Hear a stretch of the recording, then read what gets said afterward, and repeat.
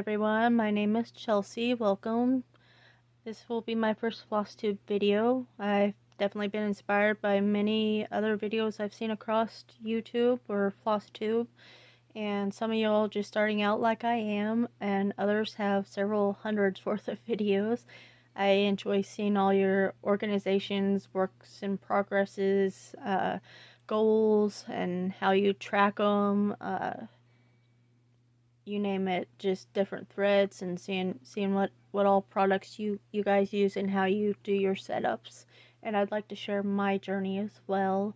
You'll see a little bit of junk journaling. My friend Kate and I, we both kind of over the years learned a little bit of junk journaling and enjoy doing mixed media sort of layouts and journals, notebooks, and hands-on crafty items like that. So you'll see several things like that. Her channel is Kate Sparks Creativity. I'll try to get a link in the video if you'd like that, and if you're into sort of crafty stuff like that, definitely check out some of my other videos on the channel. Otherwise, I'll have, or try to have, I don't know how soon or how long I'll have some of my Flosstube channels appear through my channel, but kind of a few, maybe once a month for now, kind of to show you guys or how I feel the need to on it.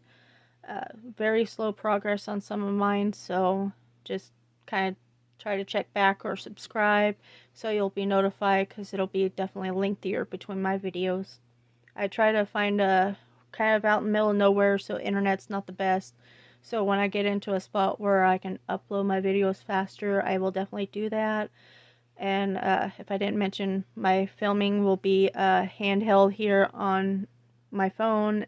I'm hoping to get a stand to be a little bit more hands-free for y'all, but this kind of works for now. You'll see a little bit of knitting, crocheting, spinning possibly on there. I started out crocheting and knitting, teaching myself around 15 on crocheting, 15 to 20 years old. I had a teach yourself kind of book, a little bit of YouTube videos or online sites. Then that turned into knitting, which turned into spinning my own yarn, mainly on a drop spindle. I would like to get a big full-sized spinning wheel eventually, or an electric spinning wheel. Not at that stage right now, but hopefully maybe some classes at some point, possibly. But yeah, you'll see a variety of crafts along with, and that kind of got me into my fiber art stuff. And my friend Kate, her mom cross stitches, and no one in my family really does fiber artsy stuff too much. My great grandma on my mom's side would sew. My grandma on my dad's side would do some stuff. She would do more like rugs and things like that, and a little bit of sewing. My grandpa on my dad's side would work a little bit with leather work. My mom would work a little bit with leather work. So I've kind of dabbled in lots of different projects, and probably still will, so you never know what kind of random craft I will post up. Hey, I tried this, see what happens on the channel. But my sister-in-law, she knits, she crochets just as well as I, and probably a lot longer than what I've been doing on mine. And it's nice to have a buddy to kind of, she's not too far away distance wise from us, so it's nice to kind of get together with her. And my brother-in-law and my husband get to spend time with his brother, and I get to spend time with my sister-in-law and kind of enjoy crafts. So kind of a nice get-together. She ended up getting me, if I didn't say, less than a year on my cross-stitching here. I've always been kind of, I don't know, nervous on cross-stitching, because it always seemed on some of the projects like you have to have it lined up, and so many over and so many up, and this color or that color. It just seemed so complicated, I guess, or I was making it too complicated, basically. I started, I did find, she talked to me a little bit more and was working more on the projects of cross stitching while I knitted or crocheted when we would get a chance to meet up. I found a box of various fabrics here at a yard sale last summer, and that's kind of what started with my fabric collection. Most of it is 14 count, some 18 count, various colors. I don't have it sitting beside me right now, but I have it sitting in a little, just a small little bin that you can pick up and move around. And various colors, black, a salmon color, some red fabric, light sea green maybe. I don't know exactly the color. I'll have to get it out and kind of show you all kind of what the colors are. But most of it is 14 count. I have bought a couple, at least one, I think maybe two, 12 by 18 inches Ada counts for some of my projects. I'm getting ready to work through a list to show you guys. Sorry, I don't have any pictures on it. All of it, other than my eagle here, and then this one here is the only printed out versions that I have. I don't have any like sample pictures of what they look like, so I will try to give you all the names and kind of a rough estimate of size and where I got them at, though, if you'd like to go check them out. Okay, I'll start here. This is my second project officially. I started, I'd say, August 2024 is when I kind of started. Somewhere a little bit before that, actually, somewhere in there though. August 5th is when I started on this whole like first stitch, getting it all marked up and starting project on the eagle. But somewhere around in there, August of last year is when I started first full project. She got me this sampler. It's a seasonal sampler spring by Diane Williams. She got me that. There's the pattern on the back. I definitely enjoy working on it. I no longer have this piece. I gave it as a Christmas present to my dad's mom. So my grandma on my dad's side. The other project that I did just before this one was some of the smaller pieces of fabric that I had in my yard sale bundle of fabrics. I used some pixel art on Pinterest and just kind of eyeballed it and did my own little bookmark design of, I think, a cat print and a heart. I can't remember what I did for it. But my grandma on my mom's side, I gave her, she loves reading, so I gave her a little bookmark that I cross-stitched. And I did a little bit of glue around the edges. I'm still learning techniques, processes of this or that, so I definitely welcome any comments, tips that y'all have, or if maybe some way that I'm using or doing is a little bit better, definitely give me a holler or ask. But anyways, my first official project, I finished that. She had it kitted up, if I didn't say that, with it says classic color work yarn, 77 wide by 45 high, a 12 grain stitch with 2 strands. I end up, I think, using 3 strands on it instead of 2, because beginner here, I didn't realize that. And I end up having to get, I think, a little bit more color work yarn or threads to order off a 123 stitch. That was a #1 site that my sister-in-law definitely recommended, was 123stitch.com for cross-stitching stuff. I do buy some threads at Joann's and Hobby Lobby and sometimes Walmart. Depends on where I'm at and how desperate of a need. Otherwise, I go through more of my 123 stitch. I definitely love their sites. That's where I end up getting this little pair of scissors. I do get a lot of needles there from their site as well, because I end up losing a lot of them. So I'll show you my setup too. But let me go ahead and go into the rest of my projects here and kind of give you some details of what other ones I have in mind and kind of ideas. that spring one being the first, I've got it listed here at the bottom. My next one, the bald eagle, it is a 17 by 21 inch, being most of these measurements here will be for a 14 inch idea framed, at least on these few here, to give you an idea of what size they are 14 inch wise, or count wise.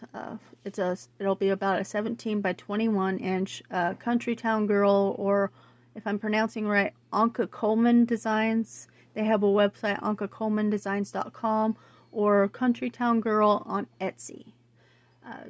I definitely, my country or county fairs have kind of got me interested. I entered in a few knitting and crochet projects and various, this little flower pot behind there, I entered that in. I've done a few other little various projects, so that's why I said if you see a lot of various projects on my channel, that's why I've always enjoyed doing county fair stuff and entering and kind of having the challenge of little tasks like that too.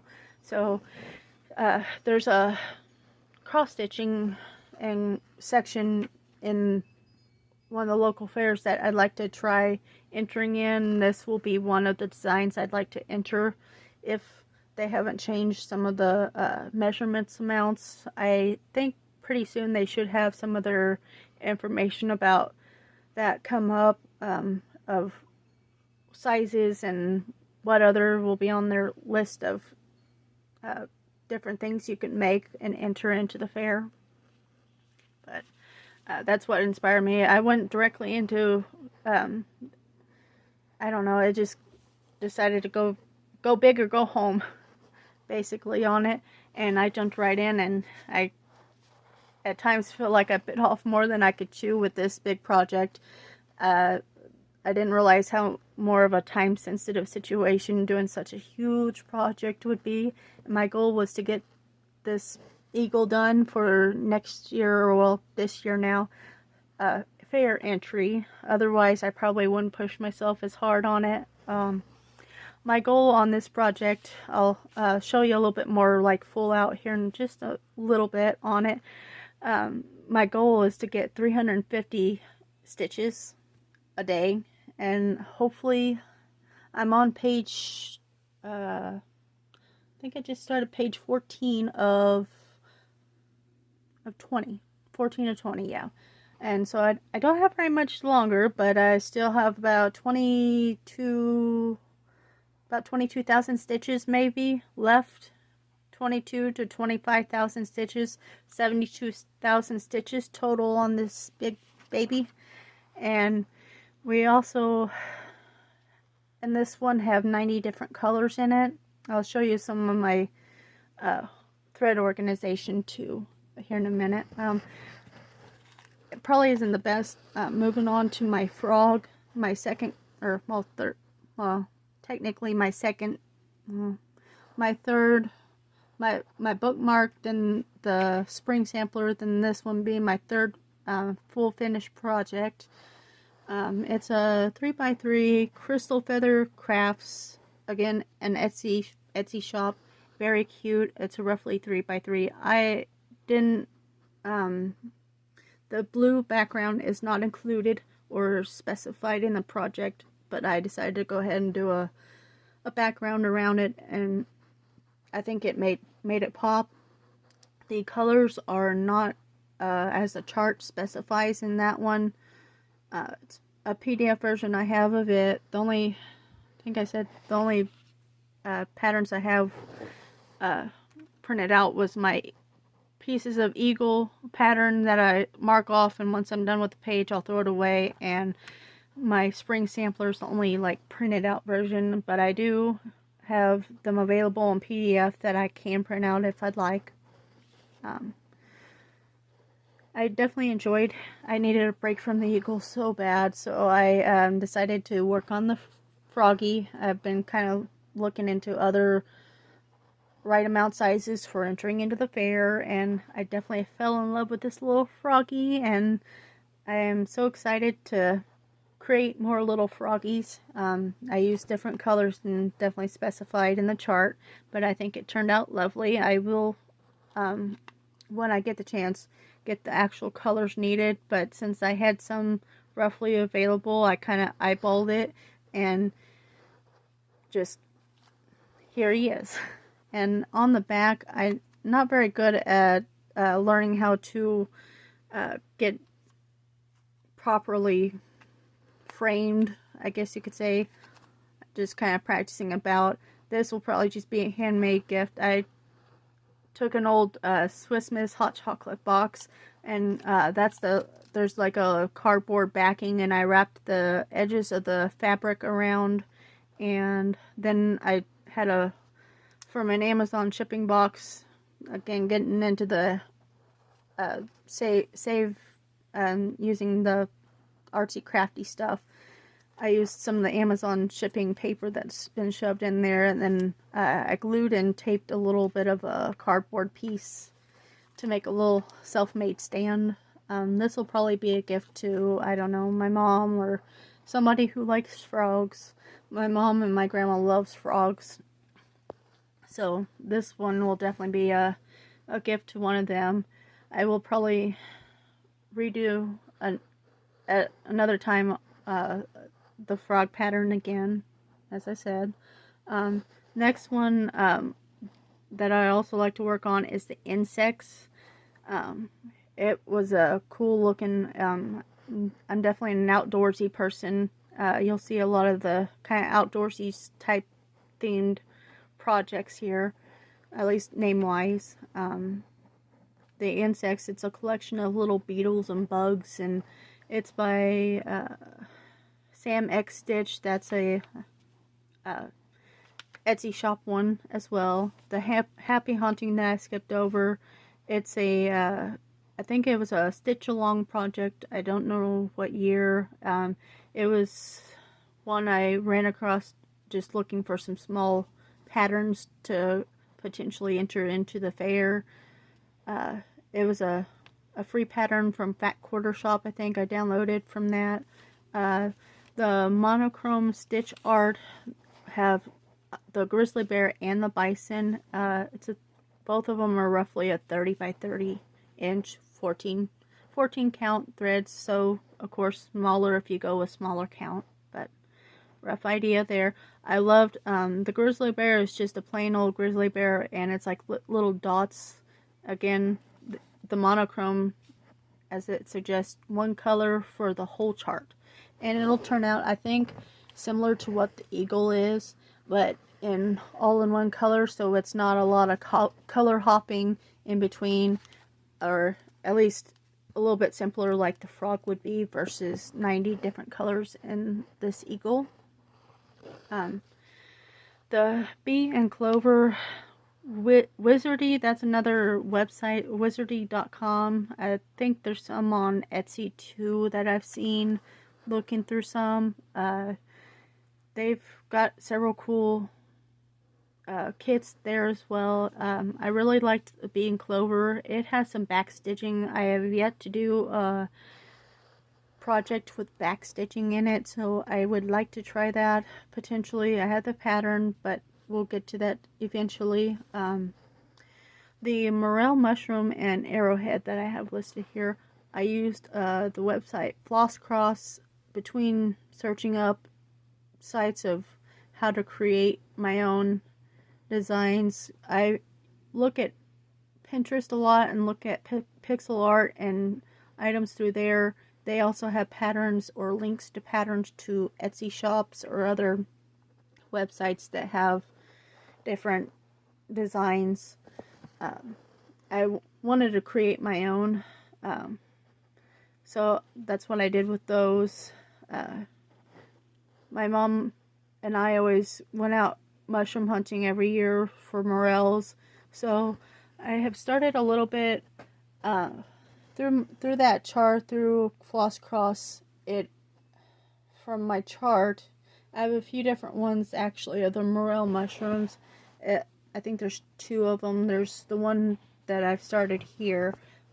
As I showed you, this is a little bit, it has a fern around, or little ferns and grass around it, so I've been kind of using my Amazon little variegated yarns here. and sorry guys for the blurriness. I decided to just kind of eyeball it. Those aren't definitely the exact colors that I need, but I was so excited to get started on some of the projects, so I wanted to use some of the threads I had versus spending. I know getting the threads can get quite expensive, so that's why I've kind of started on that and using what I have. Then the last one here, the Wild Turkey. It's Shiny Sun Cross Stitching. It's a website, shinysuncrossstitching.com. Can't remember if they had an Etsy site or not. Very, very lovely patterns there too. I definitely enjoyed. There's many more little Etsy shops or websites I've seen, but these are just a few that I've started on, and I enjoy. For thread organization, variegated yarn here is from I think my mother-in-law. She had some crafty stuff and was no longer using in some of her sewing stuff. She ended up moving a little bit, so I ended up getting some of her crafty stuff. And I think some of the variegated yarn and some of this, I think JP and coats, JMP coats, and a few DMC threads came from her. Most of what's here in this box is Amazon. This white, it says, let me see here, Le Panon thread. Not familiar with the brand too much. It's just kind of a double color of rainbow colors, and it never really had much of a match, and that was me not knowing that I needed maybe specific colors for charts on cross stitching. So I know it looks like a mess, but this is how I'm comfortable in this little container, having at least these threads. This will be my pick through box. I have these 2 bags here, and since I'm working with these threads here with my mushroom chart, I'll keep it kind of rolled up and tucked in this other back side. As you can see back there, that's where I keep this one kind of tucked in at. On the chart, it has a lot of white background. I wasn't planning on, when I created this chart, to have any sort of white background, but it started getting a little more difficult eyeballing. Since I don't have the chart printed out, I would go section by section, so it was kind of tough finding my starting point up here versus maybe finding the middle page on there to start out with. I like going from page 1 to page whatever is the last page versus being in the middle of the project and working outwards. I think that on a small project, maybe like the Froggy, would be a little bit better, but with my larger project, I just feel more comfortable. Here's marking my top corner. Here's where I'm going to start at, and working from there is how I feel comfortable anyways. I don't know how everyone enjoys doing theirs, but I've kind of tried to work a little bit both ways. I think what I did on, back to this one here, the Seasonal Sampler Spring, I think I started it out from center outwards, I believe. I can't remember. And I think I kind of bounced around and did one color at a time on this as well. And did a little bit here, a little bit there. So I started a little bit on the blue building in the center and kind of worked out from there. Did a little bit of the border around, and then maybe went in and did the white border. On my DMC threads, though, for at least my Eagle project, I've resorted to, I think Hobby Lobby or Joann's has these little board book things. I need to tape this one down. And these like little round clip hooks and these floss bags. I used to go through, let me move the chart over here. I used to go through the whole page on the chart and then go through my color sheet and, okay, this symbol is this in the chart, so let me go through and find, and I had I had the threads all like this in this little flower pot. I used to keep them all in the little flower pot there, and I had to go through and search through and to find even a certain color on it, and then I decided to organize it a little bit better, and I was like, I'm just gonna go for it. And I do have another set of binder deals, but I wound up doing just one binder booklet. It's just easier to flip through. Sometimes, most of the time it'll land like this, but it's just easier for me to kind of go through and flip through. So here's my 918, 939. I can flip through and know which color symbol, or compare it to my chart and go to it. It definitely makes it a lot easier. I've seen lots of lovely bobbin organizations, drawer organizations, drawer or cabinet organizations. It definitely makes it a little bit easier either way. I'm not 100% sold on these floss bags, but it has made my life so much easier working on this project, just happening to flip through. I did have them in 2 different books, then I flipped it to like one whole book. And it fits nicely down into my little tote bag here. I've got a few extra little utensils down in there, but it fits perfect down into my tote bag, and I can tote it along. I still keep my tub here with me. It has needles and scissors in it, other little tiny little utensils, a few extra little binder clips. What I do, I not too fancy on it. As you can see, I've kind of sewed around the edges to keep from fraying, and I have enough. I've learned that if you have enough border on it, to leave a little bit, but I sewed that so that I knew that I was going to be losing a lot of fabric threads due to my first project. I kind of learned that from the fraying edges, and then from there I just kind of enjoy using the clips to roll the edges up, and as you can see down here at the bottom, it kind of keeps it a little bit neater looking. I don't know if you can tell on the edges. See there, you can see a little bit of where it's kind of brushed up against my my clipboard where I've marked off some of the stuff, but it isn't too bad. Let me move some of the stuff here out of the way and show you my full view of what I've got so far on my eagle. This is some of the classic color works. Again, I'm not sure. I've kept the colors and what they are together on that. Not sure exactly. I have a few left of it. How I want to store that yet. I'm leaning more into drawers, and then going from there. Let's see here. There's a good. That's the eagle so far of progress on it. Again, page number 14. Let me go back through a little bit on how I work through some of my charts in case y'all are kind of curious on that.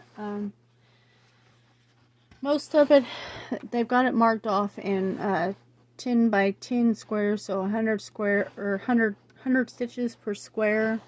The grayed out sections, again, don't do those if you're just starting out. Skipping over those. There's some of them will have 5 rows, some of them like let's get to this other side here. There's 5 of those across. I think at the bottom of this chart, what I do is this is a whole page, but I just fold it in half, and that way it'll keep a little bit easier on my small little clipboard. And I've had this since my like kindergarten years, so if that tells you how old that is. But you can see some of the little stickers that I've had. Not very fancy with needle minders. I would love to get some. See so many gorgeous different needle minders, and will eventually get some, and or maybe create my own. I've just got a simple little magnet so I can keep my needle there, and I clip my pencil there so I can work through it. But zoom in here a little bit better. Sorry guys. What I've been doing right now, I'm working the 8 is a purple color one of very many purple colors in it, but what I've been doing is on this, I'll work through all those little 8 symbols on there, and then the next one I might work on some of those. There's some like little hexagon or circles. I may work on those next, and then jump over, and I know I have 2 empty little squares over there. Let's see here. So I know that these 2 empty squares will match up with my 2 there.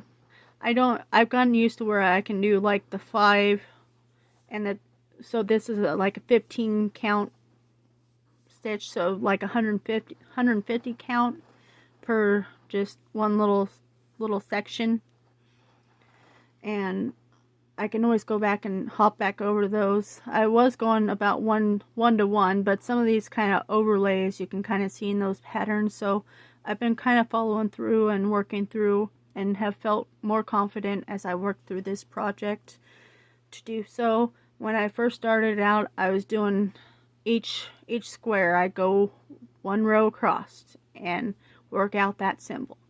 And so far my progress has gotten a little bit better on it. There's still been some catch-ups on it. I definitely have made some mistakes in this. Some I have frogged and redone. I actually just had to frog some a bit ago on my purple count thread there. I can see my little starting space. I will usually take a pencil and like kind of go around the edges of the symbol that I'm working on next. So if I'm in the middle of a color and I have my needle pinned where I'm at in my project, I can pinpoint, okay, I need to work the 3rd stitch down, and that's how I kind of work on some of my projects anyways.